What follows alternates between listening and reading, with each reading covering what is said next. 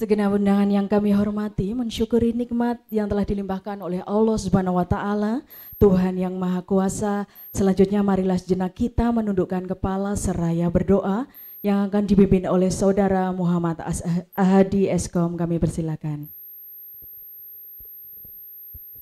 Bapak Ibu hadirin yang kami hormati, marilah kita memohon kepada Allah Subhanahu wa Ta'ala agar acara pada kesempatan pagi hari ini diberkahi oleh Allah Subhanahu wa Ta'ala. Izin doa akan kami sampaikan secara Islam. A'udzubillahi minasyaitonirrajim. Bismillahirrahmanirrahim. Alhamdulillahirabbil alamin, hamdan syakirin, hamdan na'imin, hamdan yuafi ni'amahu wa yukafi mazidah. Ya Rabbana lakal hamdu kama yanbaghi li jalali wajhil karim wa 'azimi. Allahumma shalli ala sayyidina Muhammad wa ala ali sayyidina Muhammad. Ya Allah, Tuhan yang Maha Pengasih dan Maha Penyayang, segala puji bagimu yang telah melimpahkan rahmat dan hidayah kepada kami.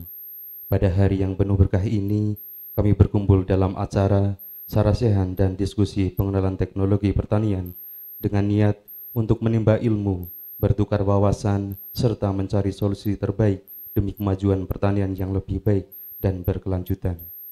Ya Allah, Tuhan yang Maha Mengetahui, kami menyadari bahwa ilmu adalah cahaya yang menerangi kehidupan.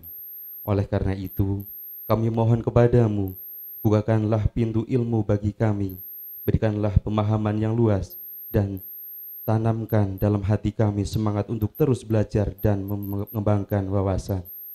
Jadikanlah acara ini sebagai sarana bagi kami untuk mendapatkan pengetahuan yang bermanfaat, yang dapat kami gunakan untuk meningkatkan kualitas pertanian dan kesejahteraan masyarakat.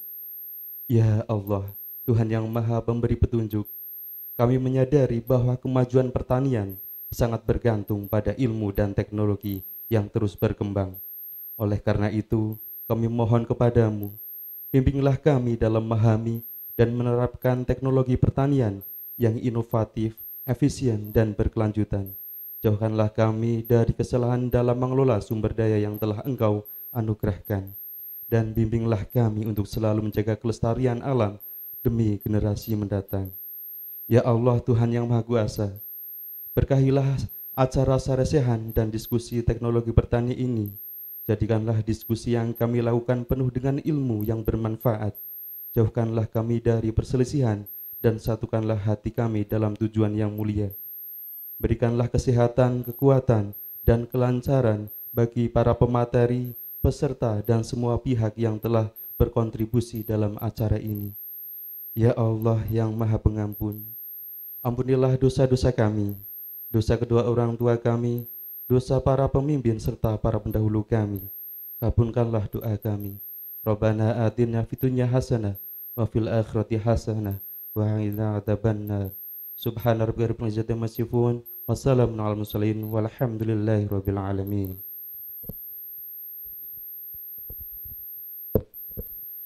Hadirin undangan yang berbahagia, selanjutnya marilah kita simak dan ikuti bersama laporan Ketua Komunitas Jurnalis Wonosobo, Bapak Agus Supriyadi. Kami persilakan.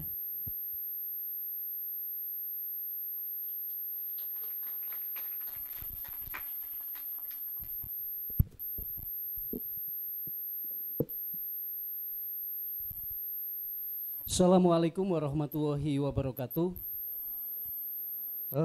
Pertama-tama mari kita panjatkan puja dan puji syukur kehadirat Allah Subhanahu wa Ta'ala. Pagi ini kita bisa hadir dalam acara sarasehan dan diskusi tentang pengenalan teknologi pertanian bagi Gen Z.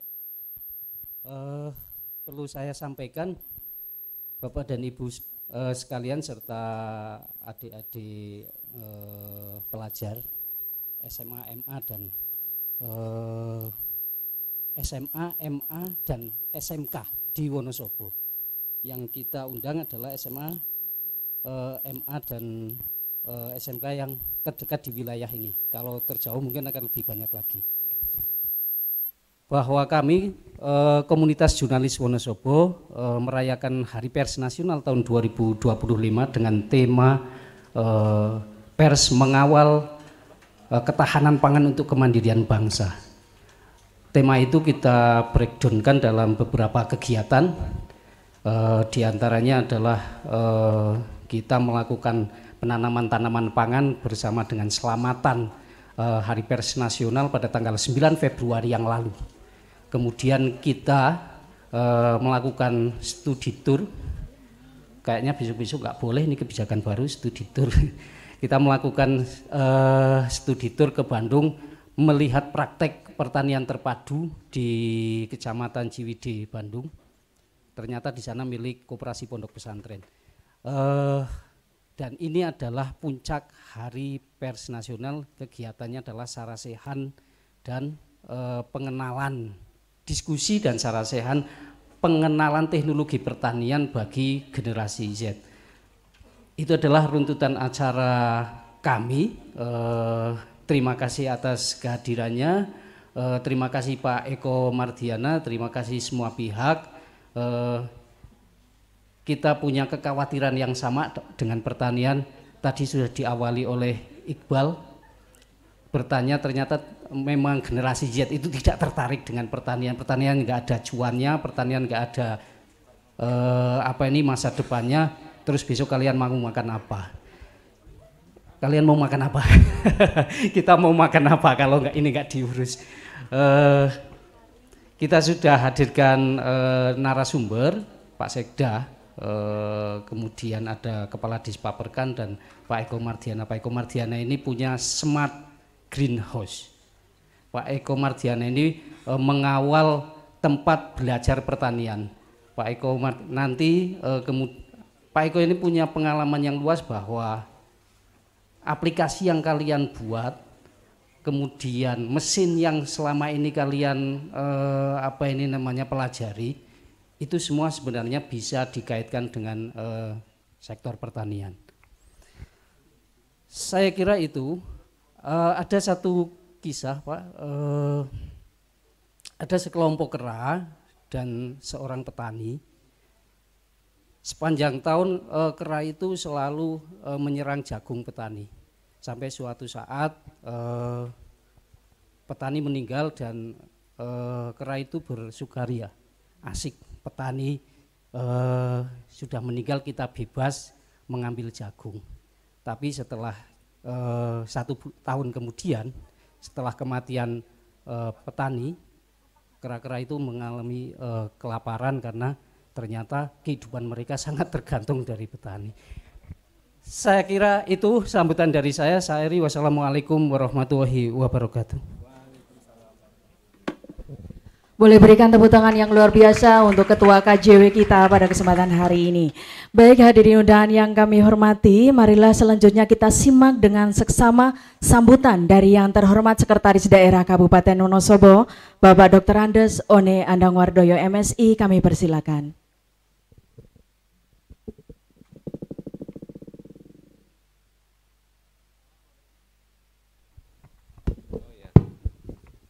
Assalamualaikum warahmatullahi wabarakatuh. Selamat pagi dan salam sejahtera untuk kita sekalian. Yang saya hormati Pak Kepala Dinas Pangan, Peternakan, Pertanian dan Perikanan.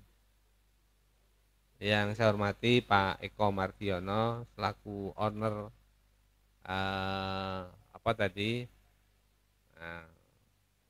PT Kreasi yang bergerak di pertanian, kawan-kawan dari Ikatan Jurnalis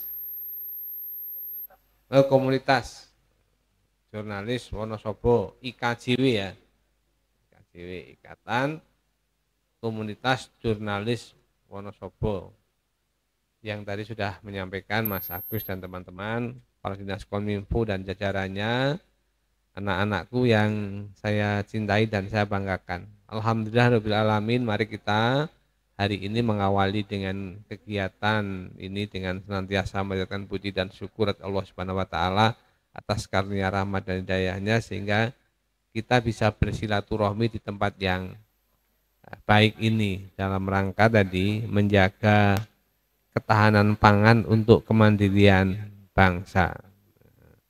Saya yakin hari ini adalah hari yang spesial sebenarnya, karena kita bisa mendatangkan anak-anak muda. Meskipun tadi sudah disampaikan oleh Iqbal dan Mas Agus, ternyata yang datang di sini tidak ada yang tertarik di pertanian ya. Mana yang tidak tertarik di pertanian? Yang tidak tertarik mana? Berarti tertarik semua. Benar nih, tertarik semua. Kenapa tertarik pertanian? Kenapa tertarik pertanian, Mas? Izin menjawab. Ya, karena di masa sekarang para petani kebanyakan sudah berumur yang sekitar 40 lebih, dan jika kita tidak tertarik dengan pertanian, maka yang meneruskan pertanian itu siapa dan apa yang akan kita kerjakan jika pertanian di daerah Wonosobo itu hanya dilakukan oleh orang yang umurnya lebih dari 40 tahunan. Top, tepuk tangan. Namanya siapa? Randy Andika. Mas Randy, rumahnya mana? Kertek, Pak. Kerteknya ngendi? Candi Mulyo. Candi Mulyo. Sok nang alas ora? Nggih, Pak. Hah? Nggih. Ngapa nang alas? Matul. Tenane. Ya wis. Siapa yang belum punya pacar, cewek-cewek?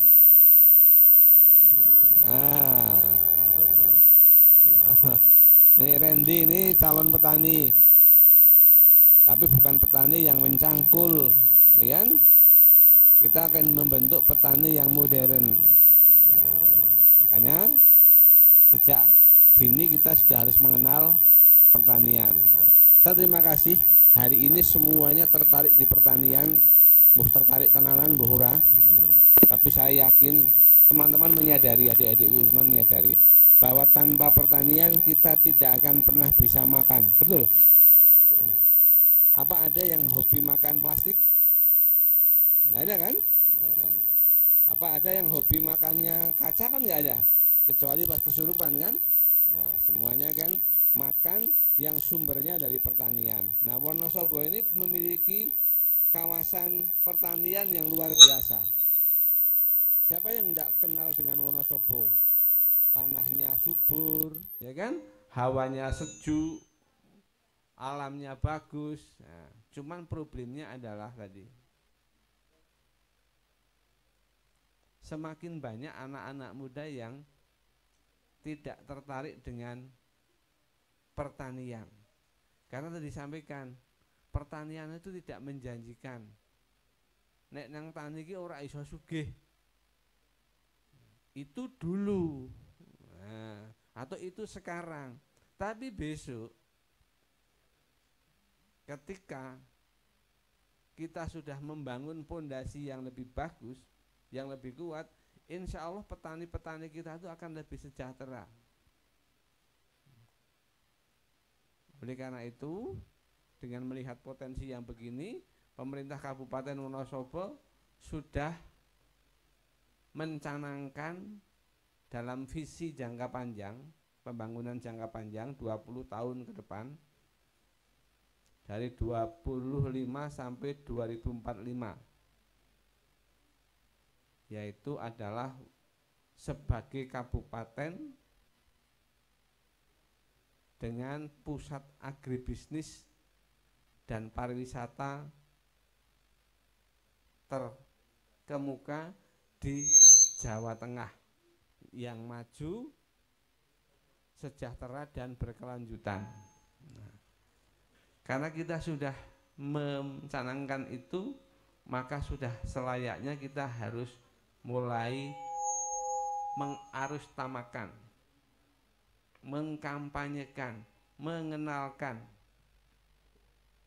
agribisnis ke semua level, ke semua golongan termasuk anak-anak. Nah, kenapa Wonosobo mengambil visi itu? Karena Wonosobo kita menyadari, pertama kita punya potensi yang seperti ini. Yang kedua, ke depan yang namanya bahan makan itu akan menjadi perebutan semua penduduk yang menghuni dunia ini. Besok perangnya itu bukan perang rebutan HP seperti hari ini. Tapi besok perangnya itu perebutan bagaimana kita bisa mendapatkan bahan pangan yang cukup. Kalau kita punya potensi seperti ini kita tidak menyiapkan, sayang nanti. Adik-adik besok mau makan beras, harus mendatangkan beras dari mana? Thailand, dari India. Sayang kan? Padahal kita bisa memproduksi sendiri. Yang hobi makan tempe siapa? Nah, delaynya dari mana? Hah? Nah, kita belum bisa menyediakan kedelai secara mandiri. Oleh karena itu, saya berharap nanti kawan-kawan tidak lagi, anak-anakku tidak lagi anti, tidak lagi malu-malu dengan pertanian. Nanti Pak Eko akan bercerita tentang bagaimana sebenarnya bertani itu dengan tidak kotor, dengan lahan yang sempit, tetapi bisa menghasilkan yang maksimal. Greenhouse ini kemarin ditanami melon, ternyata 1 bulan bisa menghasilkan berapa Mas Eko? 1 bulan bisa menghasilkan 1 ton melon. Harganya per kilo berapa Mas Eko? 30.000. Berarti kalau 1 ton kali 30.000 ketemu berapa? Mana? 30 juta atau 30.000? Nah, 30 juta. Kan tidak, kan sudah terbukti. Ternyata pertanian itu juga bisa mensejahterakan, ya kan? Hanya kata kuncinya tadi, kudu kreatif, kudu inovatif. Nah itu. Nah ini hari ini nanti akan banyak diceritakan tentang pertanian. Saya kemarin sudah coba ke teman-teman di SMP, kepala sekolah di SMP. Saya minta betul mulai dari anak-anak sudah dikenalkan tentang pertanian. Nah di SMA, SMK lebih-lebih. Pelajaran apa yang paling berkaitan dengan pertanian? IPA, ya kan? Sebenarnya semua bisa dikaitkan dengan pertanian. Nggak ada yang nggak ada berkaitan dengan pertanian. Matematika bisa nggak pertanian? Bisa, ya kan? Bagaimana cara menghitung? Nah, misalnya pupuk sekian, ya kan? Luas lahan sekian, ya kan? Itu. Biologi lebih-lebih, ya kan? Teman-teman ada yang suka nulis tentang karya ilmiah yang berkaitan dengan pertanian? Mana yang pernah menulis karya ilmiah? Belum ada. Jadi kan harus dimulai dari menulis. Ada yang pernah membuat sesuatu yang produknya dari hasil pertanian? Misalnya membuat sabun dari lidah buaya, misalnya, ya kan? Buat kue dari jagung mentah. Ada? Belum ada. Yang SMK mana? SMK 2. SMK 2. Jurusan apa dah bagus? Elektronika. Animasi. Akuntansi. Animasi. Akuntansi. Yang teknologi kayak mesin apa itu? Enggak datang.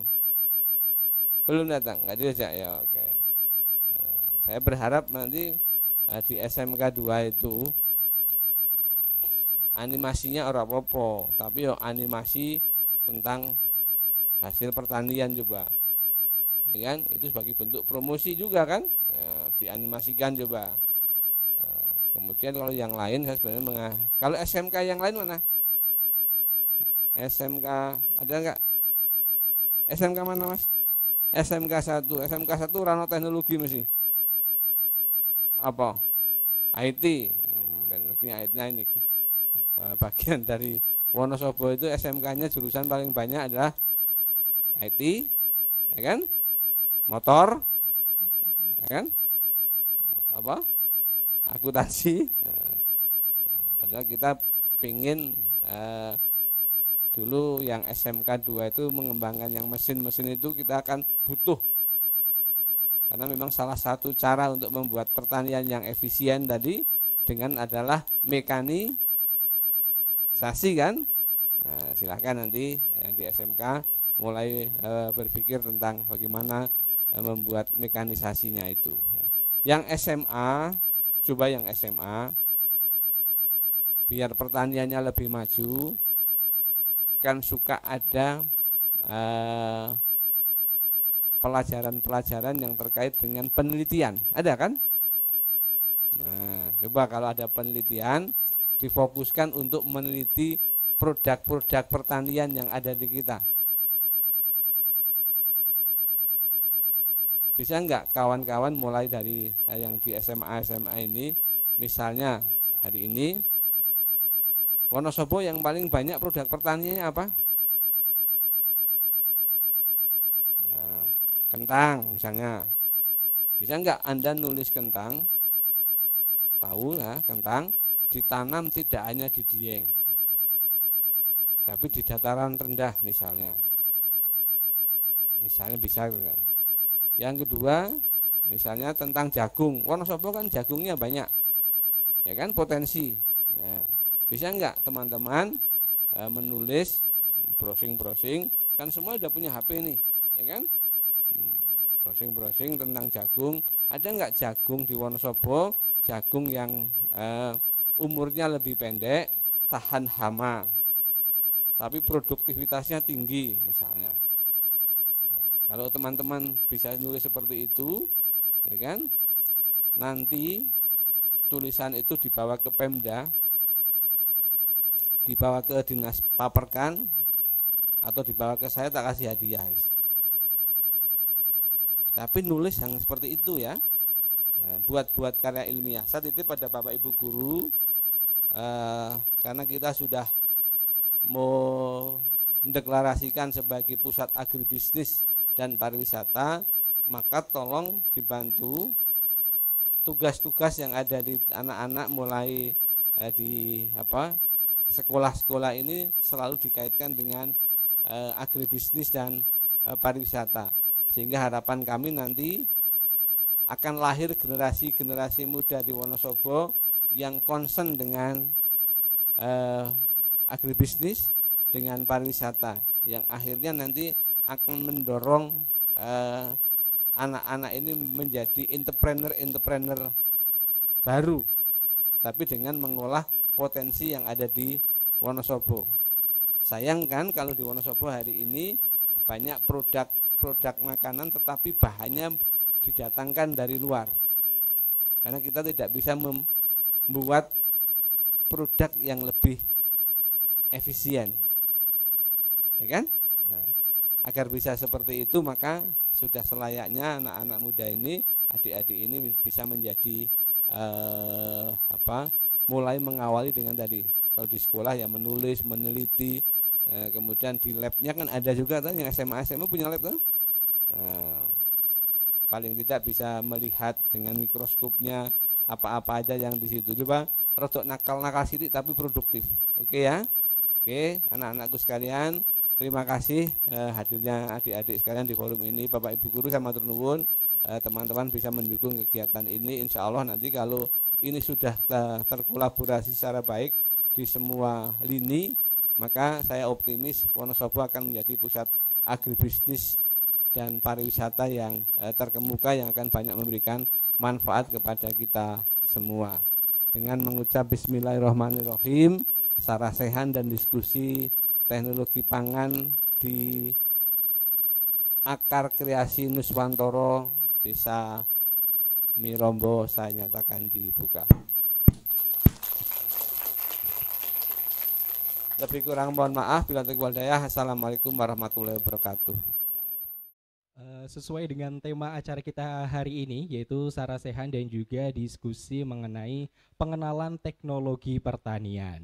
Jadi untuk hari ini kita akan berbincang-bincang bersama, nanti juga akan kita buka sesi tanya jawab kalau misalnya teman-teman ada yang ingin ditanyakan mengenai kondisi pertanian yang ada di Wonosobo atau mungkin teknologi pertanian yang sekarang lagi dikembangkan di Wonosobo itu apa aja sih? Nanti akan kita buka sesi tanya jawab. Tapi sebelum itu saya akan memperkenalkan terlebih dahulu untuk narasumber kita pada siang hari ini. Yang pertama akan saya kenalkan yaitu ada Bapak Eko Mardiono. Beliau selaku praktisi dan juga owner dari Akar Kreasi Nuswantara. Beri tepuk tangan yang meriah. Kemudian untuk narasumber yang kedua kita yaitu ada Bapak One Andang Wardoyo. Beliau selaku dari Sekretaris Daerah Kabupaten Wonosobo. Beri tepuk tangan yang meriah juga. Oke, baik. Mungkin langsung saja sesuai dengan tema kita hari ini, mungkin saya ingin ngobrol dulu nih dengan Bapak Eko Mardiono. Silahkan Pak. Ini mengenai tentang background Bapak yang memang sebagai salah satu praktisi di bidang pertanian. Boleh diceritakan dulu Pak, ini awal mulanya masuk atau terjun di dunia pertanian itu seperti apa dan juga mulainya dari tahun kapan Pak, kalau boleh, silahkan. Ya, Assalamualaikum warahmatullahi wabarakatuh. Selamat siang adik-adik semua, agak panas ya. Ya beginilah suasana pertanian itu. Saya juga mengucapkan terima kasih Pak Sekda, teman-teman dari jurnalis yang hadir di pertemuan di siang ini. Jadi saya akan sedikit cerita latar belakang seperti apa saya terjerumus di pertanian ini. Jadi adik-adik mungkin kalian belum lahir semua ya, atau ibunya belum nikah semua. Karena tahun 92 itu awal saya masuk di Wonosobo. Saya asli dari Boyolali. Jadi pada tahun 92 itu posisi di Wonosobo enggak seperti sekarang. Masih dingin, kemudian hujannya kadang-kadang ada es seperti itu. Nah, saya tertarik di dunia pertanian karena memang waktu kuliah saya mengambil jurusan agronomi. Jadi background saya memang agronom. Jadi adik-adik agronomi itu apa? Agronomi adalah ilmu yang mempelajari tentang budidaya tanaman. Jadi itu dari bermacam-macam ya. Dari tanaman sayuran, ada tanaman perkebunan dan sebagainya. Cuman saya mengambil spesialis di tanaman hortikultura, sayur mayur, dataran menengah ke atas. Jadi pengalaman kita sebenarnya sangat banyak sekali untuk adik-adik ya, terutama dalam hal ini terkait dengan perubahan musim ya. Dari tahun 92 sampai sekarang ini beda sekali cara menyikapinya. Nanti kita bisa diskusi lebih jauh. Jadi untuk sementara saya jelaskan ke adik-adik semua, background saya agronomi dan saya bertahan sampai sekarang menjadi petani. Jadi saya transmigran dari Boyolali ke Wonosobo. Gitu kira-kira Mas. Oke, baik, luar biasa sekali. Ini yang orang dari luar Wonosobo saja tertarik akan pertanian yang ada di Wonosobo. Jangan sampai anak-anak generasi sekarang yang memang notabene hidup di Wonosobo ini kurang tertarik jangan-jangan akan pertanian yang ada di Wonosobo. Mungkin agar mereka lebih semangat Pak, untuk teknologi atau serta usaha bidang pertanian apa saja yang sekarang Bapak miliki? Ya, jadi adik-adik semua ya, pengalaman saya ya, mungkin biar kalian terbuka wacananya, sedikit saya cerita ya. Di Akar Kreasi ini kita banyak sekali hal-hal yang ditemukan ya, cuman sengaja enggak kita patenkan. Aneh kan, kita menemukan sesuatu tapi enggak kita patenkan. Tapi bagi kita hal biasa. Jadi soil block yang tadi adik-adik lihat, itu yang menemukan pertama kali di Indonesia adalah kita. Tapi waktu itu Pak Amran mau mematenkan, sudah ngurusin, akan diurusin negara, istilahnya seperti itu. Kita nggak mau, biarkan diduplikasi untuk masyarakat, untuk pertanian. Kenapa seperti itu? Karena kita melihat bahwa ke depan sampah itu menjadi masalah utama di bidang pertanian kita. Jadi kalau kita nyemai pakai polybag, 1 hektar itu butuhnya untuk cabai itu 22.000 polybag. Itu sudah berapa kilo? Kalau satu Jawa Tengah berapa ton, satu Indonesia berapa ton, berapa nilai dolar kita untuk biji plastiknya. Terus yang kedua, kalau ada dilihat di sana tadi, kita semua prosesnya pakai limbah. Nah, kenapa kita pakai raw pening atau sedimentasi waduk? Karena kita pengen berpikir waktu itu, kalau waduk itu kita bantu untuk mengentaskan sedimentasi, maka volume air akan meningkat. Kalau volume air meningkat, maka petani yang ada di Gerobokan, di bawahnya di Salatiga, itu lebih optimal pemanfaatan airnya. Nah, kenapa kita pakai sedimentasi? Karena satu, untuk mengentaskan itu, yang kedua nilai gizinya itu lebih bagus daripada tanah. Kalau kita pakai tanah, kenapa? Karena akan merusak lingkungan, erosi terjadi lagi dan sebagainya. Nah, itu kita pikirkan jauh hari sebelum kita melakukan tindakan itu. Apakah itu hanya temuan biasa? Enggak, itu semua kita analisa secara laboratorium, kita bisa bertanggung jawabkan. Jadi adik-adik kalau pengen tahu ya, kita juga tahun ini bekerja sama dengan BRIN banyak sekali. Salah satunya kita berhasil memurnikan bawang daun asli Wonosobo. Jadi itu di Indonesia baru kita yang bisa untuk memurnikan. Nanti mungkin akan dilepas sama pemerintah daerah Wonosobo.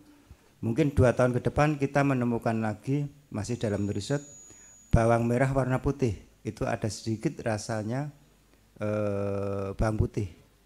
Itu kita masih coba trial. Jadi di tahun-tahun ini kita banyak sekali mahasiswa saya praktek di sini ya. Ada yang dari UKSW, ada yang dari Undip, dari UNS, kemudian dari PP itu dari Serpong, kemudian UMY, itu semua ada di belakang. Dan itu kalau nanti ada dilihat di tanam belakang, itu hasil praktek magang mereka. Nah, adik-adik harus optimis, apakah bertani itu harus dengan cangkul? Tidak. Nanti bisa dilihat di belakang. Ternyata kita bertani tanpa cangkul bisa. Apakah bertani harus setiap hari mengontrol? Tidak. Kita bisa bikin dengan sistem IoT, dengan smart. Siapa yang bikin yang di belakang smart desainnya semua? Itu adik-adik kita semua. Itu yang bikin desain desain irigasinya itu dari SMK Wonolilo. Yang coding siapa? Sama dari teman-teman SMK dibantu teman-teman dari UGM. Jadi banyak sekali hal-hal yang adik-adik nanti bisa belajar di sini masalah teknologi pertanian. Jadi kita juga kerjasama dengan UGM. Terakhir baru minggu kemarin kita juga MOU dengan Fakultas Teknik Elektro UKSW dan Fakultas Pertanian untuk mengkaji masalah smart kita. Dan juga dari BRIN kita juga akan membuat satu konstruksi greenhouse untuk tropik. Jadi banyak sekali adik-adik kita mesti harus optimis bahwa pertanian kita itu yang nanti kita bangun itu sudah sejalan dengan otot-otot kalian. Kalau otot kalian saya yakin sekarang nggak kuat untuk nyangkul, nggak kuat pasti itu. Ya. Nah makanya adik-adik harus belajar kuat di ilmu informatika, di ilmu matematika, fisika, biologi. Karena itu semua ada di dalam bidang pertanian. Pertanian ke depan itu kita sudah mengurangi penggunaan pestisida. Jadi kita sudah masuk ke generasi plasma. Kita masuk ke generasi ozon. Kalau sekarang kita pada generasi smart, nanti sebentar lagi kita masuk ke generasi robotik. Jadi arah teknologinya seperti itu. Dulu kita pertama kali diajarin mungkin di sekolah dengan teknologi batu kan untuk nyangkul atau untuk apa. Kemudian meningkat menggunakan cangkul. Sekarang sudah meningkat dengan sistem irigasi drip dan sebagainya dengan smart. Nanti meningkat lagi pakai sistem robotik. Jadi perkembangan teknologi itu sangat pesat sekali. Jadi adik-adik nanti kalau membayangkan pertanian itu dengan cangkul, kalian pasti pesimis. Tapi kalau nanti membayangkan teknologi ke depan itu ada di depan kalian dengan AI, ya kan, dengan robotik, dengan IoT yang tergabung, ini semua dalam kajian semua. Jadi saya yakin di tahun 45 itu robotik itu sudah masuk di bidang pertanian. Jadi kalau kita sempat googling dan sebagainya, adik-adik hanya jangan melihat lagu-lagu, tapi cobalah lihat perkembangan teknologi di Belanda, di Jerman, di Amerika. Seperti itu. Jadi kalian harus bisa mempersiapkan diri terhadap teknologi yang nanti harus eksis hidup di sekitar kalian. Kira-kira seperti itu, Mas. Oke, baik. Tadi juga menarik sekali salah satu statementnya bahwa mungkin kebanyakan inovasinya adalah untuk mendaur ulang sampah-sampah yang ada serta mencegah sampah baru tercipta seperti itu ya Pak. Sehingga pertaniannya juga jauh lebih eco-friendly, limbahnya yang dihasilkan pun menjadi jauh lebih sedikit. Tadi juga ada beberapa sempat yang salah fokus mengenai bawang merah yang warnanya putih. Nah itu sebenarnya bawang merah atau bawang putih Pak? Kalau bawangnya merah tapi warnanya putih seperti itu.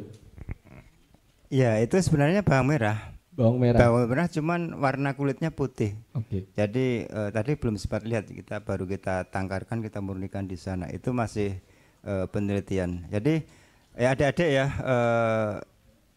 kalian harus nanti menguasai teknologi. Tapi kuasai teknologi dengan bijak. Saya katakan sekali lagi, nanti kalau sudah menguasai teknologi, teknologi harus kalian gunakan dengan bijak. Kenapa seperti itu? Saya katakan, sekarang kadang-kadang kita nggak tahu kedelai itu bisa diambil DNA-nya dari DNA babi, namanya GMO, Genetic Modified Organism. Jadi ya kapas bisa, jadi gennya babi itu kita cangkokkan di gennya kedelai agar kedelainya itu proteinnya tinggi, gemuk-gemuk. Tapi kalau kita enggak bijak terhadap teknologi itu, apakah haram atau halal? Kita enggak tahu. Makanya nanti suatu saat itu semacam apa ya, sobekan-sobekan DNA yang teman-teman kalau yang di perlakuan urusan DNA biologi sintesis itu enggak sulit dan itu sudah berjalan. Makanya saya pesan nanti adik-adik, saya yakin di antara kalian nanti ada yang pengen biologi, ada yang pengen fisika. Kalau sudah menguasai teknologi, gunakan teknologi itu dengan bijak. Karena Anda dengan mudah bisa memanipulasi teknologi itu terhadap orang lain.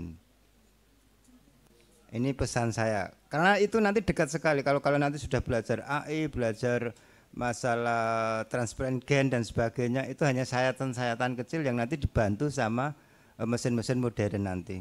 Tapi ini sudah berjalan beberapa dekade untuk Amerika, kedelainya sudah masuk GMO. Jadi kira-kira seperti itu Mas, harus hati-hati. Oke, luar biasa. Beri tepuk tangan yang meriah untuk Bapak Eko Mardiono, luar biasa sekali. Sekarang saya ingin beralih ke Pak One nih Pak. Tadi sudah dijelaskan juga bahwa sebenarnya sektor pertanian ini kemungkinannya sangat luas di masa depan. Dan seperti yang kita ketahui, sektor pertanian juga salah satu sektor yang mengambil peran penting di Kabupaten Wonosobo. Saya ingin tahu nih, mungkin teman-teman yang di sini sebelum mereka terjun ke dunia pertanian ingin mengetahui kondisi dari pertanian yang ada di Kabupaten Wonosobo dari tahun ke tahun, baik dari segi petaninya ataupun lahannya, ini ada peningkatan atau justru ada penurunan ini Pak? Mas Iqbal, matur nuwun. Jadi memang sebagaimana hukum alam ya, pertumbuhan penduduk kan terus bertambah, ya kan? Kalau bumi kan tidak bertambah, apalagi bumi Wonosobo, kita nggak bisa punya nambah ke laut ya kan? Adanya kan ke gunung. Nah, gunung tidak bertambah, adanya dikeruk, diambil tambangnya. Jadi memang pertama dari sisi lahan, kita memang ada apa ya, pengurangan setiap tahunnya itu hampir 30 hektaran untuk lahan pertanian. Kenapa? Karena beralih fungsi dari pertanian ke non pertanian. Misalnya untuk apa? Rumah, ya kan? Nah, kalau kita itu kalau membuat rumah kan gede-gedean hari ini, ya kan? Kalau orang di Cina itu, orang di Singapura rumahnya tingkat, kecil, bahkan memiliki tanah itu tidak mudah di sana. Tapi di Indonesia sekarang kan ada milik gitu. Itu yang pertama. Dari sisi lahan kita akan terus berkurang. Maka kita juga harus menciptakan lahan-lahan baru di pertanian. Ada kebijakan cetak sawah baru dan lain sebagainya. Tapi tidak mudah juga karena memang buminya tidak bertambah. Maka yang dilakukan adalah tadi dengan teknologi tadi, ya kan, teknologi pertanian. Sehingga kalau dulu padi itu masa tanamnya 6 bulan, sekarang kan sudah ada padi yang masa tanamnya hanya 3 bulan. Itu untuk mempercepat. Kalau padi itu masa tanamnya tetap 6 bulan, kebutuhan kita makan kan tidak bisa ditunda, ya kan? Kita suruh makan sehari sekali aja wis muntir, ya kan?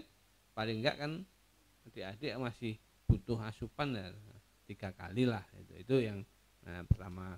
Dari sisi jumlah petani kita juga semakin hari tidak semakin bertambah, tapi juga semakin berkurang, khususnya petani-petani yang berasal dari generasi muda yang tadi disampaikan oleh kawan kita dari Candi Mulyo. Hari ini tenaga kerja di bidang pertanian itu cari yang muda sulit, adanya kira-kira umurnya sudah 50 tahun ke atas. Kita tahu lah kalau umur 50 tahun ke atas itu produktivitasnya sudah tidak maksimal. Maka tadi kembali ke teknologi, ya kan? Nah, teknologinya dengan mekanisasi. Hanya problemnya di Wonosobo di Indonesia ini mekanisasi yang didatangkan itu belum kompatibel dengan wilayah. Bantuan traktor banyak, gede-gede, sementara lahan kita kan naik. Maka saya lagi mendorong ini. Kemarin ada petani muda dari desa Suren Gede datang ke rumah, lagi tak suruh buat prototip, tak suruh nyaingi Pak Eko, buat prototip traktor yang bisa dibawa orang satu. Dan melihat lokasinya yang luar biasa. Nah, silakan adik-adik ini ada peluang yang luar biasa. Coba melakukan temuan-temuan yang berkaitan dengan pertanian, yang berkaitan dengan apa saja, sehingga kita nanti setelah lulus itu tidak gagap. Hari ini kan banyak yang gagap, setelah lulus SMA mau melanjutkan kemana, lulus perguruan tinggi juga mau lanjut kemana, SMK juga. Nah, makanya dari sekarang diasah. Kemudian dari kontribusi pada PDRB, kontribusi sektor pertanian juga menurun. Kalau tadinya kita bisa tahu PDRB belum, produk domestik regional bruto, itu yang menggambarkan pendapatan daerah, ya kan? Tahunnya kalau dulu pendapatan daerah kita itu sekitar per tahun untuk per kapitanya sekitar 24 juta. Nah, sektor pertanian hanya menyumbang 30%, tapi semakin ke sini semakin turun, hanya 28%. Yang berkembang adalah sektor yang lain. Kalau ini dibiarkan, kita bahaya, nanti akan ada kelaparan, kesulitan mendapatkan bahan pangan dan lain sebagainya. Oleh karena itu kita sedang mengupayakan bagaimana agar pertanian ini menjadi daya tarik lagi untuk usaha-usaha yang baru. Adalah dengan saya sedang kembangkan kebijakan insentif dan disinsentif. Itu Iqbal kira-kira. Oke, berarti memang banyak sekali upaya-upaya yang berusaha dilakukan oleh pemerintah. Memang potensi untuk agrobisnis di Wonosobo kan cukup tinggi. Harapannya juga Wonosobo bisa menjadi salah satu pusat dari agrobisnis. Untuk langkahnya dari pemerintah sendiri, Pak, untuk mewujudkan Wonosobo sebagai pusat agrobisnis untuk wilayah-wilayah mungkin yang ada di Jawa Tengah. Ada langkah-langkah apa saja yang mungkin nantinya akan diambil oleh pemerintah? Jadi di dokumen perencanaan kami, yang pertama kami memastikan mengarustamakan dulu, karena di problem kita hari ini adalah petani generasi muda itu semakin sulit, semakin banyak anak-anak muda yang enggan terjun ke pertanian, karena yang dilihat hanya susahnya, tidak pernah melihat hasilnya, ya kan, prosesnya. Sehingga yang pertama kemarin kita mencoba mengarustamakan. Saya sedang mencoba mengarustamakan kepada semua kepala sekolah SD, SMP, kemudian kepala desa, untuk bagaimana mengenalkan pertanian kepada anak-anak mulai dari tingkat level di PAUD, SD sampai ke SMP. Ya, kemudian saya dorong ada pelajaran-pelajaran khusus yang berkaitan dengan pertanian. Kemudian saya minta ada kebun-kebun sekolah yang nanti disediakan oleh desa kalau ada sekolah yang nggak punya kebun. Kemudian di sekolah proses pembelajarannya juga saya minta dikaitkan dengan pertanian.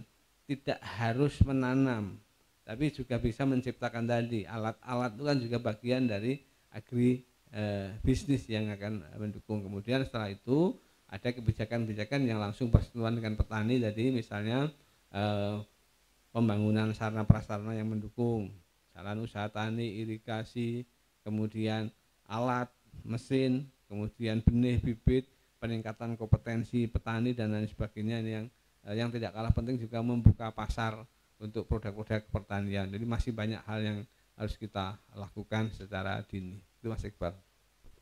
Oke, baik. Sekarang saya ingin kembali bertanya ke Pak Eko nih, Pak. Ini berkali-kali dimention, berkali-kali disebutkan bahwa minat anak muda di sektor pertanian ini sangat minim. Sebenarnya kenapa nih anak muda zaman sekarang ini enggan sekali melirik sektor pertanian sebagai salah satu petani yang memang sudah berkecimpung lama di sektor pertanian, Pak? Silahkan. Ya, ini memang dilema ya. Jadi besar kemungkinan itu kayak mungkin seperti bapak saya dulu ya. Bapak saya itu dulu nek iso aja tani le rekoso. Saya yakin teman-teman di sini juga seperti itu. Aja tani le rekoso. Dan saya juga kadang-kadang bilang ke teman-teman, wong tani iki juga memang rekoso. Jadi kenyataan seperti itu. Jadi adik-adik mesti harus berpikir secara komprehensif ya. Artinya apa itu menyeluruh. Jadi saya katakan ya, dunia pertanian sekarang itu berbeda dengan dunia pertanian yang dihadapin oleh kakak nenek kita. Berbeda sekali sebenarnya nanti. Apalagi kalau kita ambil waktu mungkin 10 atau 15 tahun ke depan. Nah ini yang perlu adik-adik siapkan semua. Karena di situ batas teknologi itu tipis antara pertanian, antara fisika, antara kimia, antara biologi sudah tipis sekali. Saya kasih contoh ya yang real ya. Dulu kalau ada orang ngecek kadar gula mesti harus ke laboratorium. Ya kan? Sekarang kita cukup dengan HP atau dengan jam tangan cukup kadar gula kita berapa. Ini kan batas antara ilmu kedokteran dengan teknologi sangat tipis. Nah, adik-adik semua harus mempersiapkan itu. Jangan melihat pertanian dengan background kita yang dengan cangkul, dengan nyemprot. Ya kan? Ini mesti harus mindset. Jadi kalian punya peluang, aku mau belajar elektro, no problem. Aku mau belajar biologi, enggak masalah. Aku mau belajar kimia, enggak masalah. Karena nanti pada posisi masing-masing bidang keilmuan akan terintegrasi dalam menentukan sebuah biji jagung atau sebuah biji beras atau umbi. Kalian paham ya? Saya cukup ngecek keadaan NPK belakang rumah saya cukup dengan HP. Misalnya seperti ini.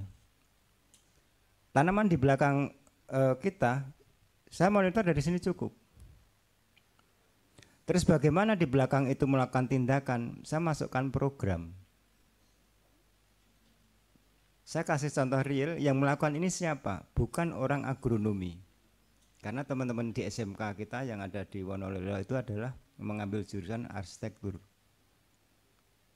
Tapi ada keminatan di bidang yang lain yang saya coba eksplor, ternyata mereka mampu. Itulah yang saya katakan buat teman adik-adik semua. Jangan sampai kita itu punya rasa persepsi bahwa pertanian itu berat. Karena persepsi kita masalah cangkul, masalah sabit, masalah garuluku dan sebagainya. Tapi persepsi kita kalau kita rubah ke dalam dimensi ilmu ke depan, itu semua sudah bisa dibantu dengan mekanisasi, relay-relay atau solenoid yang nanti menggantikan fungsi-fungsi itu tadi. Jadi adik-adik tetap semangat bahwa bertani itu nanti ke depan tidak susah. Kita buktikan di belakang, kita nggak pernah mengontrol pekerjaan yang di sebelah sini yang hidroponik, dan kita tidak pernah melakukan tindakan, mereka program sudah berjalan sendiri. Ada artinya apa? Kita nggak perlu cangkul kan? Bisa. Nggak perlu sabit, bisa. Jadi kalian harus optimis bahwa ilmu kalian nanti setelah lanjutan ini atau sekarang mulai belajar utak-utik sendiri, nanti pasti akan membangun image kita, oh ini bisa saya terapkan di dalam bidang pertanian. Apakah peternakan tidak mungkin? Sangat mungkin sekali, karena pada prinsipnya sama. Ya, jadi nanti adik-adik batas keilmuan nanti di generasi kalian Z ini itu tipis sekali. Apakah itu di aplikasi di pertanian, di peternakan dan sebagainya. Karena sudah saling terintegrasi. Dulu fakultas itu dibatasin agronomi, fakultas tanah, sekarang sudah menyatu mulai. Ya kan? Makanya kemarin Satya Wacana kita diskusi banyak, elektro sama pertanian mau join untuk melengkapi keilmuan yang memang tuntutan pertanian ke depan masuk ke dalam electrical engineering. Kira-kira seperti itu, Mas. Oke, baik. Tadi menarik sekali ya. Memang minat dari anak muda zaman sekarang agak sedikit berkurang pada sektor pertanian. Mungkin salah satu faktornya adalah mereka di generasi-generasi sekarang ini lebih banyak terpapar oleh teknologi, sehingga mereka lebih banyak melihat masa depan di bidang teknologi. Padahal sebenarnya teknologi pertanian juga bisa berjalan secara beriringan. Tadi juga saya sempat bertanya, mungkin bisa angkat tangan yang orang tuanya bekerja sebagai petani. Bisa angkat tangan yang orang tuanya bekerja sebagai petani. Oke, ada sekitar berapa ini? Sekali lagi deh, angkat tangan yang tinggi yang orang tuanya sebagai petani. 1, 2, 3, 4, 5, 6, 7, 8, 9, 10, 11, 12. Ini membuktikan juga Pak, dari 50 sampai 60 siswa yang ada di sini, itu hanya berkisaran 12 anak saja yang orang tuanya berprofesi sebagai petani. Apakah ini memang kasus baru-baru ini mungkin kepada Pak One, atau mungkin sudah ada dari generasi yang terdahulu Pak? Karena melihat dari orang tuanya saja yang berprofesi sebagai petani ini hanya 12 orang di sini Pak. Seperti apa ini Pak? Jadi begini, saya ini produk desa, saya petani, bapak saya guru SD, tapi kalau hanya dari guru dulu tidak cukup, ya kan? Ibu saya petani, maka saya juga banyak bergelut di pertanian. Apa yang saya lakukan dulu waktu kecil? Nginggu wedhus. Saya ngarit kalau pulang sekolah, maka leher saya itu pendek karena terlalu banyak nyunggi, suget. Tapi enggak stunting. Soalnya saya cerdas. Yang kedua, mungkin ini gambaran kondisi hari ini, karena memang di Wonosobo masih ada problem kaitannya dengan sekolah pendidikan. Minat sekolah atau rata-rata harapan sekolah itu baru 11,8 tahun. Artinya baru SMA minatnya, ya kan, cita-citanya. Padahal kabupaten yang lain, kalau kita melihat Yogyakarta itu pasti sudah sekitar 18 sampai 20 tahun. Artinya mereka targetnya memang kuliah. Nah, Wonosobo rata-rata lama sekolahnya itu baru 6,9 tahun, baru SMP kelas 1. Nah, penyumbangnya memang yang paling banyak itu adalah dari kawasan-kawasan pertanian, Kali Kajar atas, Kejajar atas, ya kan? Kemudian Kertet di atas sana, Sapuran di atas. Ini memang teman-teman kita untuk sekolah itu rendah. Jarang anak-anak petani yang betul-betul mau disekolahkan. Hal alasan macam-macam, daripada sekolah saya mending kerja bantu bapak. Ada yang seperti itu, bagus. Tapi ada juga yang alasan tidak melanjutkan ke SMA, tapi mending ke pondok, ya kan? Nah, sudah berangkat tapi 3 bulan pulang. Nah, ini jadi masalah juga. Ya, harapan semoga ini tidak mencerminkan kondisi itu, hanya kebetulan saja yang berangkat hari ini ke sini adalah teman-teman yang tinggalnya di kota, yang memang orang tuanya banyak yang lebih bergerak di sektor jasa daripada di pertanian. Semoga aja begitu. Tapi memang jumlah petani kita semakin hari semakin berkurang. Dan Mas Iqbal. Oke, baik. Ini menarik sekali nih. Memang Pak One ini datang dari background seorang petani. Sama Pak, saya juga. Orang tua saya memang full bekerja sebagai petani 100%.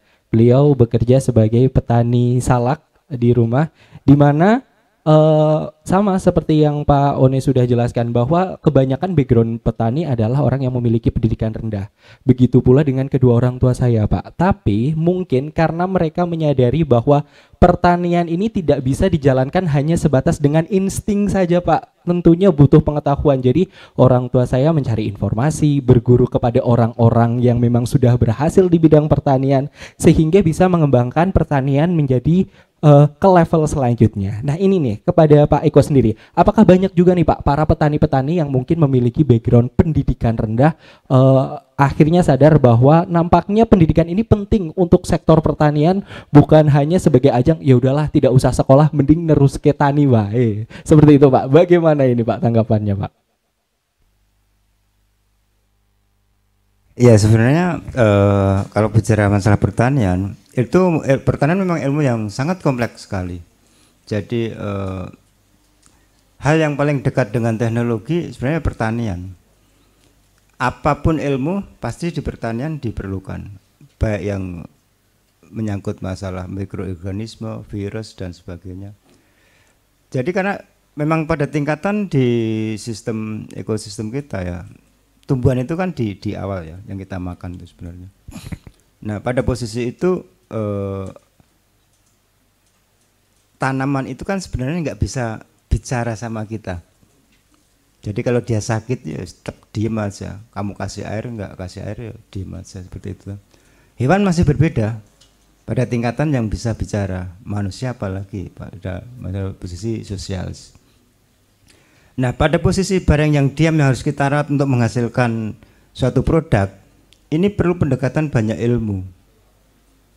Makanya kalau kita masuk pada generasi-generasi kalian ini, karena dunia kalian itu nanti 15 tahun ke depan atau 10 tahun ke depan itu pertanian dekat sekali dengan teknologi.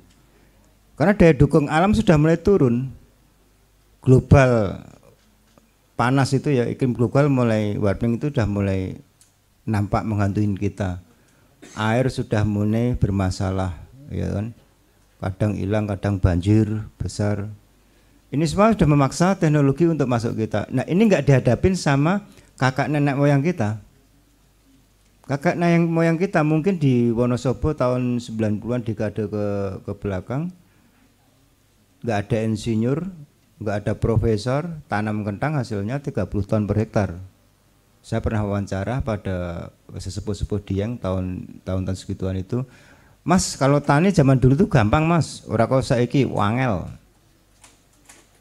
Nah karena memang perubahan iklim, perubahan daya dukung tanah, perubahan hama penyakit sangat cepat sekali. Apalagi kalian nanti menghadapi pada situasi itu. Tapi kalian didekatkan, dimudahkan dengan perkembangan teknologi yang maju.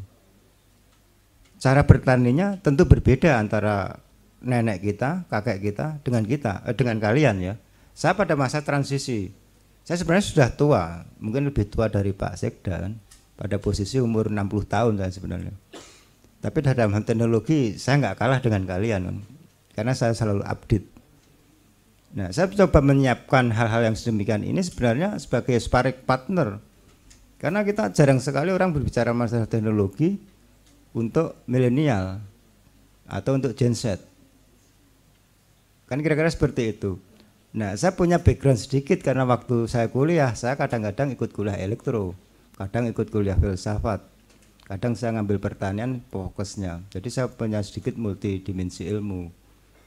Nah, kenapa tadi kakek-kakek atau nenek-nenek kita itu bertaninya saya bilang lebih mudah sebenarnya pada posisi itu. Tapi setelah begitu kesampaian kanjenengan semua bilang ojo bertani, karena mereka melihat cangkul itu sebagai kekuatan fisik.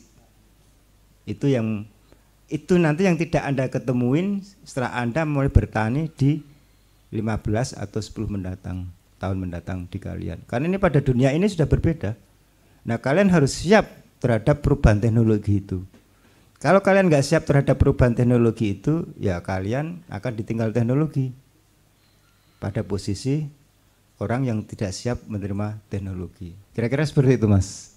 Oke. Menarik sekali. Tadi yang disampaikan benar sekali karena tanaman itu tidak berbicara. Ini sulit sekali untuk memahami tanaman, tahu-tahu disiram tidak mau seperti itu.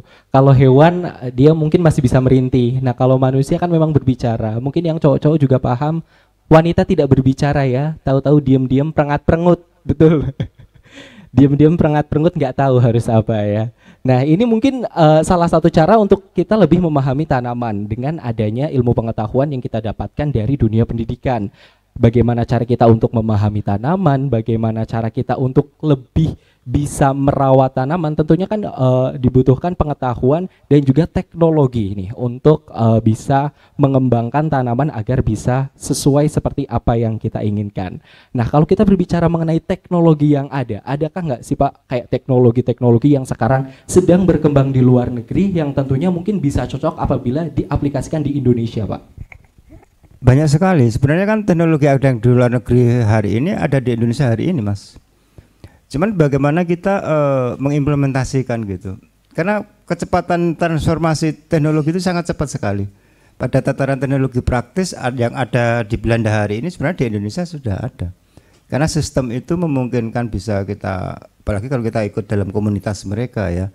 Kadang-kadang kita bisa diskusi dengan forum-forum mereka itu, kita bisa saling bertukar data.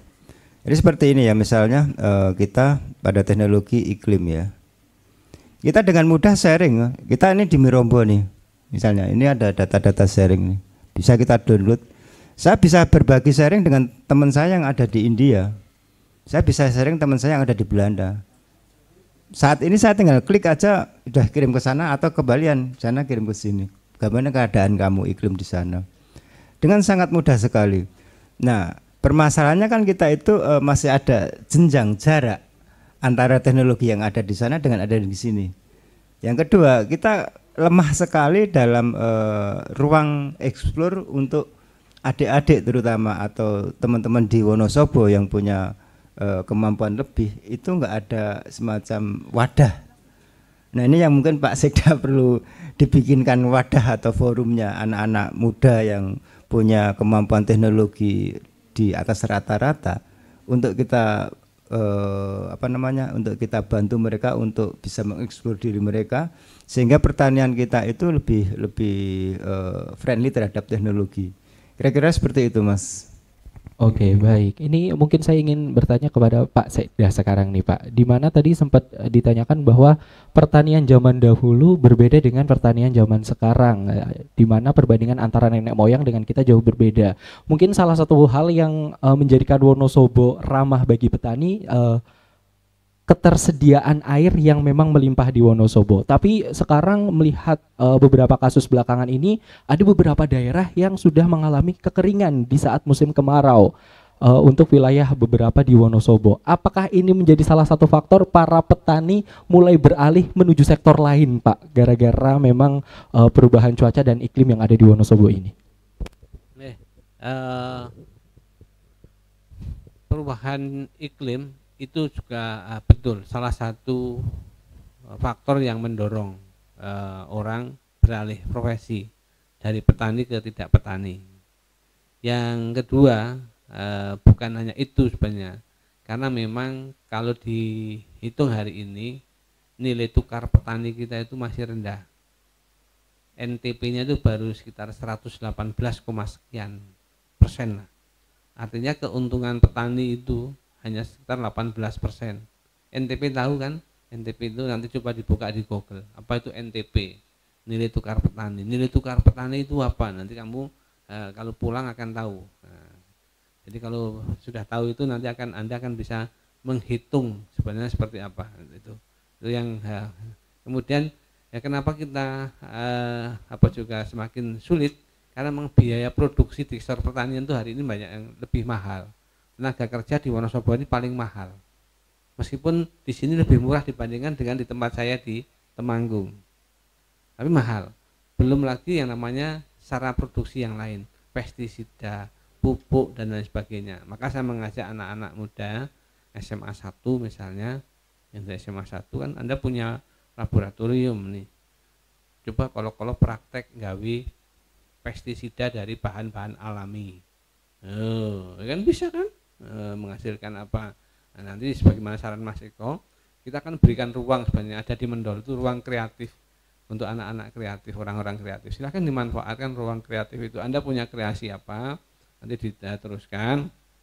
Kemudian ada momen yang namanya Krenova, kreatif lomba Krenova, apa inovasi daerah. Nah itu silakan ikut di situ. Apa yang Anda lakukan dilombakan di situ, nanti akan dikenal. Bentuknya masih prototip, nanti akan didorong menjadi bentuk-bentuk yang bisa diproduksi secara massal yang memiliki secara skala ekonomi yang menguntungkan. Itu Mas Iqbal. Jadi kenapa petani dulu dan sekarang kok lebih sulit sekarang, pasti lebih sulit hari ini karena daya dukung lingkungannya juga semakin berkurang. Itu Mas. Oke, mungkin sekalian Pak. Ini kan yang kita bahas hari ini adalah mengenai teknologi. Tadi juga sudah disampaikan bahwa teknologi berkembang dengan sangat pesat. Apakah pertanian yang ada di Wonosobo siap apabila harus mengaplikasikan berbagai macam teknologi pertanian dengan kondisi masyarakat yang sebagai petani ini saat ini mungkin sedang dalam keadaan menurun, Pak? Ya, siap tidak siap, suka tidak suka, petani hari ini memang harus kompatibel dengan teknologi. Kalau kita tidak menerapkan teknologi, ya kita akan ketinggalan. Teknologi tidak berarti harus mekanisasi loh ya. Soil block tadi kan bagian dari teknologi. Itu ya kan. Bagaimana cara menanam bibit yang lebih mudah, tidak usah dengan plastik. Begitu ditanam langsung tumbuh. Tapi kalau dengan plastik kan ada alumni dan lain sebagainya itu. Itu teknologinya. Belum lagi nanti teknologi pemupukan misalnya ya kan. Sampah tadi diceritakan. Kita punya banyak sekali sampah yang hari ini apa yang terjadi? Hanya dibawa ke mobil sampah desa, diwadahi kerengseng, ya kan? Tidak dipisah mana yang organik, mana yang anorganik, pokoknya dibawa ke TPA. Nah, itu yang jadi masalah. Nah, saya berharap nanti dengan kondisi-kondisi seperti ini, kita sudah bicara, adik-adik nanti juga menyuarakan petani-petani memberikan contoh pada teman-teman untuk akrab dengan teknologi pertanian. Teknologi, sekali lagi, teknologi tidak berarti mekanisasi, tapi mau tidak mau kita juga tetap harus mengarah ke mekanisasi. Biar apa? Biayanya lebih efisien. Nah, maka strateginya kami itu ada pengembangan pertanian ada 4. Pertama adalah 1, kembali ke alam. Pupuknya, pestisidanya dan sebagainya. Kembali ke alam. Yang kedua, kita harus ada yang namanya mekanisasi, alat olahnya, pengolahan lahannya, pengolahan pasca panennya dan lain sebagainya ya kan. Kemudian yang ketiga ada yonasi. Kalau tidak ada yonasi, ya kita akan selalu berbenturan dengan supply and demand. Di sini nanam cabai semua, begitu panen harganya anjlok kan? Karena itu ini harus ada yonasi, ini sedang tugaskan kawan-kawan. Yang keempat, kita juga harus membuka pasar seluas-luasnya sehingga nanti apa yang kita produksi itu akan bisa dijual. Ngapain menjual memproduksi banyak tapi kita tidak bisa menjual keluar. Itu Mas saya kira. Oke, menuju Pak Eko nih sekarang. Sebelum kita nanti menuju sesi tanya jawab. Seberapa signifikan Pak perbandingan antara pertanian yang menggunakan teknologi modern dengan pertanian konvensional bisa menghasilkan? Ini perbandingannya seberapa banyak dan seberapa besar menghasilkannya Pak? Agar mungkin teman-teman juga tambah tertarik untuk mengaplikasikan pertanian modern dengan menggunakan teknologi. Oh iya, jadi besar sekali ya. Jadi kalau kita bicara pertanian secara menyeluruh dari struktur cost biaya usaha tani, itu kita tuh punya peluang untuk menurunkan biaya sampai 20%, bahkan bisa 40% dengan teknologi. Contoh tadi ya, kalau kita lihat di soil block tadi, itu 1 hari kekuatan tenaga kerja kita itu bisa mencetak sekitar 30.000 setara polybag. Jadi kalau orang itu bikin pesemaian dengan polybag kecil-kecil itu, plastik itu paling hanya 1.500. Kita sampai 30.000. Nah, itu menurunkan biaya sangat tinggi. Yang kedua, misalnya teknologi benih. Yang tadi adik-adik lihat yang di sebelah masjid itu ditanam dari biji. Jadi kalau kita tanam loncang itu kalau ke desa-desa Wonosobo 99% pasti tanamnya pakai loncang, bibit loncang. Itu 1 hektar butuhnya 4 ton. Kalau 4 ton harganya 5.000 itu sudah berapa? 20 juta. Dengan teknologi seed namanya True Seed Leaf Onion itu hanya 4 kilo. 4 kilo harganya paling hanya 4 juta. Bandingin 20 juta dengan 4 juta. Itu akan menurunkan biaya yang sangat signifikan. Belum masalah biaya penyimpanan ya kalau kita bicara teknologi benihnya. Benih yang dari biji bisa kita simpan sampai 2 tahun. Tapi kalau dari bibit nggak bisa kita simpan, pasti busuk. Itu dari teknologi benihnya. Dari teknologi pengolahan tanah. Kalau kita nyangkul dengan yang traktor besar itu 1 hari 1 hektar selesai. 1 orang. Bensinnya paling berapa ya? Yang besar itu sekitar 16 liter. Tapi kalau pakai orang sehari nyangkul 1 hektar butuhnya berapa? 100 orang. Nah itu teknologi masuk. Jadi dari situ sudah bisa kita bayangkan bahwa teknologi-teknologi itu nanti yang membantu di dalam penurunan biaya dasar pondasi pertanian kita itu sangat sekali membantu untuk menurunkan biaya produksi sehingga hasil panen yang diterima petani itu lebih menguntungkan. Belum kita bicara yang senang biologi, bagaimana kita membuat pupuk organik sendiri. Nah, terus bagaimana nanti cara ngecek kandungan NPK-nya Pak di pupuk organik dengan teknologi. Dengan teknologi kita sudah tahu bisa memantau, misalnya sekarang ini ya, posisi kita di belakang. Dengan sangat mudah kita melihat bahwa oh ternyata di belakang itu kondisi potasiumnya 340 mg per liter. Kondisi misalnya apa nitrogennya 150 ppm. Tanpa kita ke laboratorium. Karena alat ini sudah divalidasi. Artinya sudah dikonversi sama pihak perusahaan sensor itu. Jadi adik-adik kalau mau bikin pupuk organik cukup, kalau dulu kita mesti harus analisa dulu ke Skovindo atau kemana gitu ya. Untuk kepentingan pribadi sebenarnya dengan alat bantu sensor ini kita sudah bisa membuat pupuk sendiri. Sehingga biayanya kan turun. Bayangin 1 liter pupuk organik itu bisa sampai 31.000. Tapi kalau kita bikin sendiri paling 3.000 rupiah. Nah itu cara-cara kita untuk menurunkan biaya produksi agar harga pokok produksi kita turun. Sehingga kita kompetitif dengan pasar-pasar yang ada di luar negeri. Seperti itu Pak Ilham. Matur nuwun. Oke, baik. Selanjutnya nih, tadi kan sudah dijelaskan panjang lebar dari segi pemerintah juga sudah dijelaskan oleh Pak One dan juga dari praktisi agrobisnis oleh Pak Eko sudah ada beberapa hal yang disampaikan. Kita akan buka sesi tanya jawab dengan 3 penanya terlebih dahulu. Mungkin ada teman-teman yang ingin bertanya. Oke, baik, silahkan. Bisa maju ke depan. Namanya siapa? Asalnya dari mana? Biar mudah kelihatan juga di depan sini, biar disorot kamera, bisa dadah-dadah ke orang tua nanti. Oke, namanya siapa, asal dari mana, terus pertanyaannya apa? Terima kasih sebelumnya. Assalamualaikum warahmatullahi wabarakatuh. Perkenalkan, nama saya Rahmania Resti Andini. Saya dari SMK Andalusia Wonosobo. Izin bertanya, tadi kan sudah dijelaskan banyak tentang teknologi pertanian. Nah, menurut Bapak Eko, apa sih dampak teknologi pertanian terhadap keberlanjutan lingkungan? Terima kasih. Oke, baik. Beri tepuk tangannya dong untuk Ananda Rahmania. Ada pertanyaan yang lain? Masih ada 2 orang?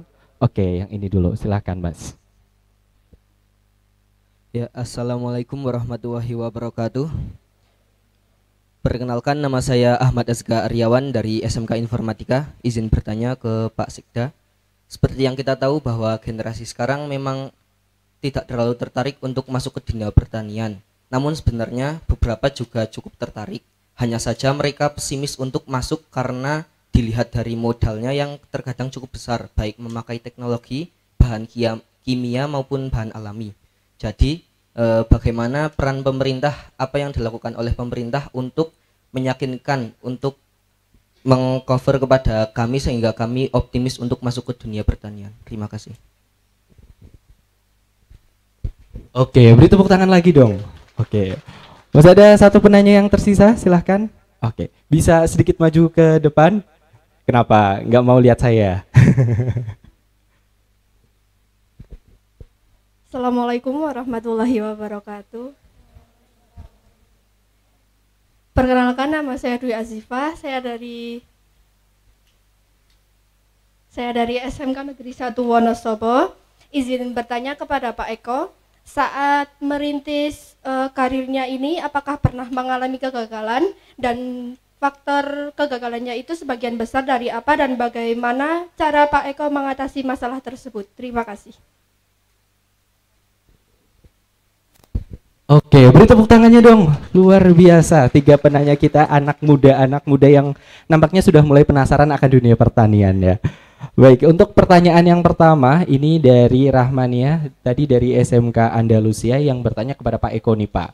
Ini dampak teknologi pertanian terhadap lingkungan kita Pak. Mungkin dia bertanya apakah ada efek negatifnya yang berdampak terhadap lingkungan atau seperti apa Pak? Silahkan bisa dijawab. Iya, Rahma Andalusia. Pertanyaan yang bagus. Jadi tadi kan saya sudah bilang kan, suatu saat kalian pegang teknologi, kalian harus bijak. Ya kan? Artinya teknologi itu tergantung siapa yang menggunakan. Kalau Anda gunakan gen babi tadi untuk diimplan pada tanaman beras atau gabah misalnya, saya bilang tadi itu tadi ya, maka efek lingkungannya lebih besar. Atau teknologi itu semacam pisau ya, kita gunakan untuk ngerajang boleh, kita gunakan untuk yang lain juga berbahaya. Jadi teknologi itu pasti ada sisi itu, makanya tergantung di mana teknologi itu kita gunakan. Jadi kira-kira jawabannya seperti itu Mas. Berarti seperti pisau bermata dua ya Pak, bagaimana cara penggunanya agar bijak menggunakan teknologi seperti itu. Baik, untuk pertanyaan yang kedua tadi dari Ahmad, betul, di SMK Informatika. Ini untuk Pak One nih Pak. Kadang para petani milenial yang muda ini agak sedikit ragu Pak dengan modal yang besar baik di berbagai sektor pertanian. Ini bagaimana peran pemerintah guna meyakinkan nih siswa-siswi ini yang mau terjun ke dunia pertanian agar sadar bahwa sebenarnya sektor pertanian juga menjanjikan dan bisa dirangkul oleh mungkin kalangan menengah ke bawah juga Pak. Silakan. Matur nuwun. Jadi salah satu hambatan besar, salah satu problem besar dari kenapa orang Indonesia itu tidak bisa menjadi entrepreneur yang kuat, itu karena selalu mempersoalkan modal. Hambatannya karena modal, padahal modal itu bukan hambatan yang utama. Hambatan utamanya adalah satu, kita tuh tidak pernah mau melatih kemampuan kita, ya kan? Mengasah modal yang kita miliki. Nah, yang kedua, kita itu kalau berbisnis tidak kreatif, kurang kreatif, ya kan? Kurang inovatif. Umbiake do nandur Lombok, kabeh Lombok, ya kan? Kentang was dhuwur, kentang semua. Itu umbiake gitu. Yang ketiga, kita tidak bisa membaca pasar. Nah, SMK misalnya, yang jurusan tata boga, diajari nggak pakaian apa? Pakaian manten, ya kan? Padahal manten itu kan hanya sekali setahun, seumur hidup ya kan? Kecuali yang pengen mantenan terus, pakaiannya gonta ganti. Tapi tidak diajari membuat produk-produk yang pasarnya itu banyak. Kaos, dagadu, Bali itu apa namanya?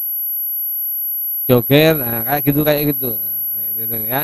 Itu kelemahan kita. Makanya saya berharap anak-anak muda jangan mempersoalkan modal. Nanti kalau sudah punya produk, modal itu akan datang sendiri. Akan banyak perbankan yang menawarkan. Ya, yang penting anak-anak muda harus tadi kreatif, inovatif, ya kan, terus diasah kemampuannya. Kemudian yang tidak kalah penting, anak-anak muda silahkan membuat komunitas petani muda, petani milenial. Karena kemarin saya ngomong-ngomong dengan kawan yang ada di atas itu ada rasa sungkan ketika anak-anak muda itu mau mengaktualisasikan diri di kelompok tani. Saya dorong, udah kamu buat aja komunitas petani muda. Nanti kalau komunitas petani muda sudah terbentuk, sudah banyak, pasti nanti pemerintah akan memberikan ruang untuk berkreasi, ya kan? Apakah nanti dengan modelnya model insentif atau model pelatihan atau model apa, nanti pasti akan kita anukan. Kalau jenengan mau silakan Mas, nanti di kampung ini. Nah, di Suren Gede, saya kemarin ketemu Suren Gede Kejajar ya. Sama Bagas kenal toh? Kadus. Oh, pindahan. Nah, saya lagi kerjasama dengan anak Suren Gede. Lagi tak suruh buat prototip traktor. Karena dia butuh modal sedikit, ini butuh 1,5 sampai 2 juta, ya sudah nanti tak kasih. Tapi yang penting dijadikan dulu prototipnya.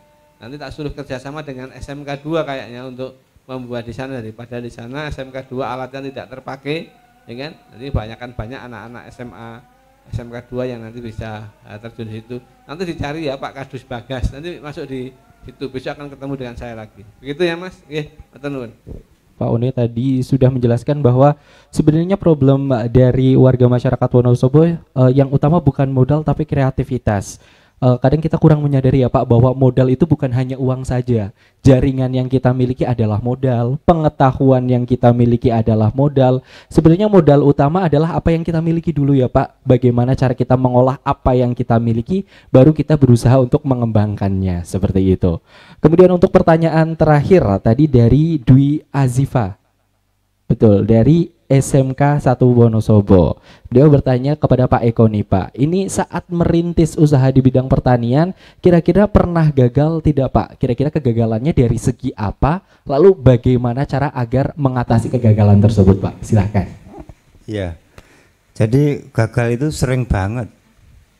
Jadi jangan dikira selalu berhasil. Gagal itu sering. Jadi saya pernah tahun 94 ya, 45 salah itu. 2 hari saya punya tanaman jagung seluas 106 hektar. Habis dimakan tikus. Nah waktu itu hari kedua saya penasaran kayak apa sih tikusnya seperti itu. Kok rakus banget itu. Saya suruh anak lapangan itu ngerekam. Jadi kayak saya pengen lihat, karena waktu itu belum ada HP kan, pakai tip. Nah ternyata menurut dia itu rekamannya ketinggalan karena dia takut waktu dia rekam itu ada tikus yang besar sekali. Nah saya kadang-kadang berpikir kalau hal yang sudah di luar pemikiran kita, saya lepas. Kalau gagal seperti itu ya sudah. Kemudian yang kedua, belum lama ini saya pernah tanam padi sekitar 2 hektar. Ya, itu hama hama manuk empritnya itu banyak banget. Kalau datang itu ribuan. Nah itu membuat kita kegagalan. Kita hanya dikasih sisa waktu itu ya mungkin kalau kita krus hanya 1,5 atau 4 hektar aja itu, nggak banyak. Jadi kadang kalau kegagalan seperti itu kita hanya bisa melihat bahwa ini memang perubahan iklim yang nggak bisa kita duga. Ya sudah, kita lepas. Karena kita nggak mungkin melakukan tindakan melebihi apa yang kita punyain gitu. Jadi ini sejalan dengan mungkin pertanyaan kayak si Mbak Rahma ya tadi ya. Jadi sebagai contoh, kita sih bisa melakukan misalnya pengendalian hama dengan pengendalian ulat dengan pestisida. Misalnya kita kasih 2 cc per liter, belum mati. Kita kasih 4 cc per liter mati, tapi berdampak juga sebenarnya. Kalau itu kita aplikasikan, kita semprot, terus di situ masuk di jaringan tanaman, sorenya kita jual atau paginya kita jual cabenya itu, sebenarnya cabai itu sudah mengandung residu, sudah mengandung bahan aktif yang tidak bagus buat kesehatan kita. Artinya teknologi itu pun juga menyisakan limbah, makanya harus bijak. Nah bagaimana kegagalan itu terjadi? Ya seperti itu tadi. Jadi kadang-kadang kita berpikir ini ada sisi keamanan buat manusia atau enggak.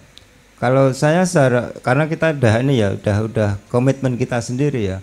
Kalau melebihi apa yang saya lakukan untuk ambang kesehatan, maka kesehatan langkah tindakan itu nggak kita ambil. Biarin aja itu kita lepas. Kegagalan pasti ada, tapi bagaimana cara menyelesaikan itu sikap. Seperti itu. Makasih. Oke, baik. Terima kasih.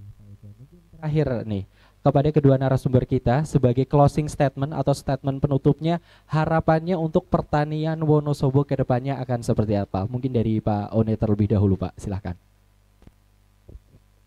Terima kasih. Harapan saya yang pertama, Anda yang hadir di sini nanti jadi orang sukses. Jadi orang kaya semua. Amin. Biar jadi orang kaya maka Anda harus bertani. Harus berusaha, harus berkarya, ya kan? Harus pandai memanage diri sendiri, mengatur waktu, tidak takut gagal, ya kan?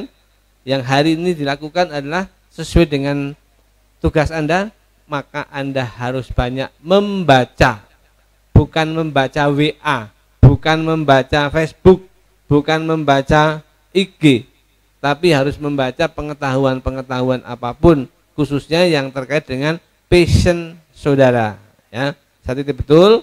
Kemudian yang kedua, biar Anda sukses, taat pada orang tua, ya kan?